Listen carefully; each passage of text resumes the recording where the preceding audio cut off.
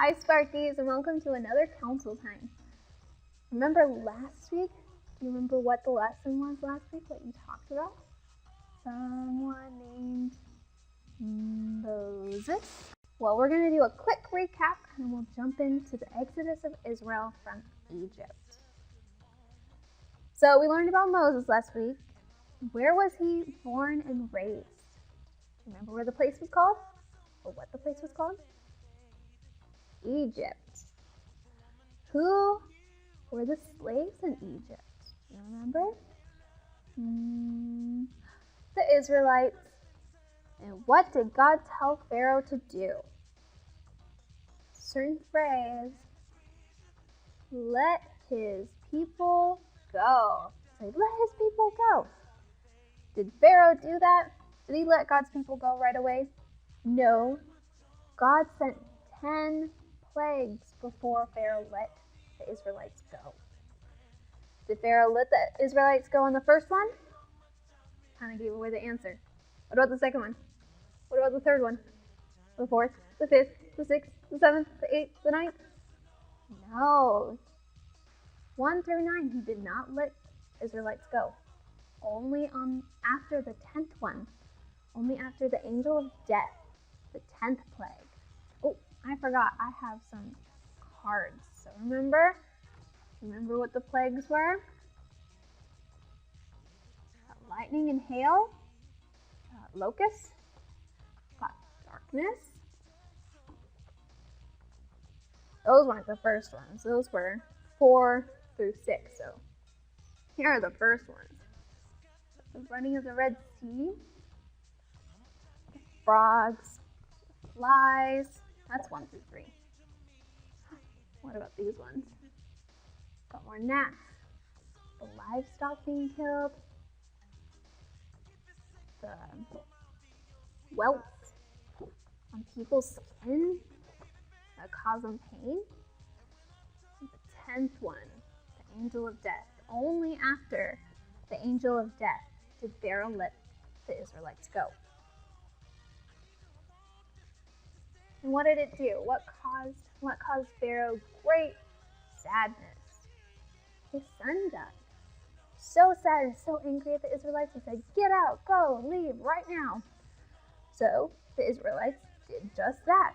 They packed up all they could and they followed Moses. Over 1 million Israelites set off. That's a lot of people. So they packed up all that they had and they took off. How do you think Moses knew where he was going? Do you think he used his cell phone, like sometimes you see other people do, and ask for directions? Do you think he used his cell phone and put in the directions? Do you think Moses had a cell phone? No, he didn't have a cell phone. Cell phones weren't invented when Moses lived. 2, God did not tell Moses where to go. Only that God would lead them to a special place called the Promised Land. They didn't even know where they were going. They just said, we're going to go to the Promised Land. I don't know where the Promised Land is, but we're going to go there and we're going to follow what God has told us. What about the directions and the instructions on how to get to the Promised Land? Do you think God was sitting there going, say, go left, go right, go right, go left, right and left, and right and left, and right and left? No. God created a pillar of clouds and a pillar of fire to guide Moses and the Israelites. So they were following this and watching it. Eventually, the pillar stopped by a place called the Red Sea. The Israelites camped by the water and waited for God. And they listened and waited for God to tell them what to do, where to go. So some of you might have heard this lesson before. Do you remember what the Egyptians were up to while the Israelites were traveling to the Red Sea? Pharaoh had told the Israelites to leave, get out, don't be here. But now the Egyptians were having second thoughts. If all the slaves the Israelites left, who would do all the work? They didn't want to do the work. Pharaoh didn't want to do the work. So Pharaoh decided to chase after the Israelites and make them come back. He sent all of his horses, his chariots, his horsemen, his troops, and when God's people saw this big Egyptian army approaching in the distance, they became very afraid. The Israelites had nowhere to run. What do you think happened? What happened next? Did the Israelites get captured? Did they go back to Egypt? No. At God's command, Moses stretched out his staff over the water, and God parted the Red Sea, which allowed the Israelites to cross safely and escape from the Egyptian army. See that? And it says, God is mighty. So they crossed the Red Sea. God had protected and saved the Israelites from their enemies. The Israelites continued to follow Moses, but they soon became thirsty and hungry. The thirsty people began to complain. I sometimes complain when I'm thirsty. They remember their very nice life back in Egypt. They remember the good food, the spices, the drinks, the water. They missed and they forgot how badly Pharaoh treated them. Remember, they were slaves. They had to do all the work. When the people began complaining and wishing that they could go back to Egypt, Moses prayed to God about it. He asked God to help the people. God listened to Moses' prayers. He provided and led the Israelites to good water, as well as made food, called manna, rain down from heaven, and have quail appear for them to eat. Do you know what quail is? Quail is a bird. So imagine all these little birdies just randomly running in the desert towards these people for them to eat. Even though God always took care of the Israelites, they would only be grateful for a little while, and then they would soon become greedy. It's mine kind of thing. They would start complaining, like, I want to go back to Egypt. I don't want to be in the desert. Moses became frustrated with the Israelites. He ended up disobeying God. Because of Moses' disobedience, God told him he could not enter the promised land. Even though Moses could not go into the promised land, he continued to obey God and lead the Israelites. We're almost done with our lesson, but you guys have done a great job listening, so I want you to get up and wiggle, wiggle, wiggle, wiggle, wiggle, wiggle, and touch your head, and touch your shoulders, and touch your nose, and touch your knees. You can't see my knees, but I'm touching my knees. And your toes. I'm not touching my toes, but you can touch your toes. And your knees, and your toes, and your knees, and your toes, and your knees, and your toes. And your head. Ooh, that's your head. And your shoulders, and your nose. And stand up. Twirl around. Spin in a circle. Sit down. Alright. Ready for the next part? I have to tell you what happens next. So, while traveling to the promised land, God made a covenant, a promise to the Israelites.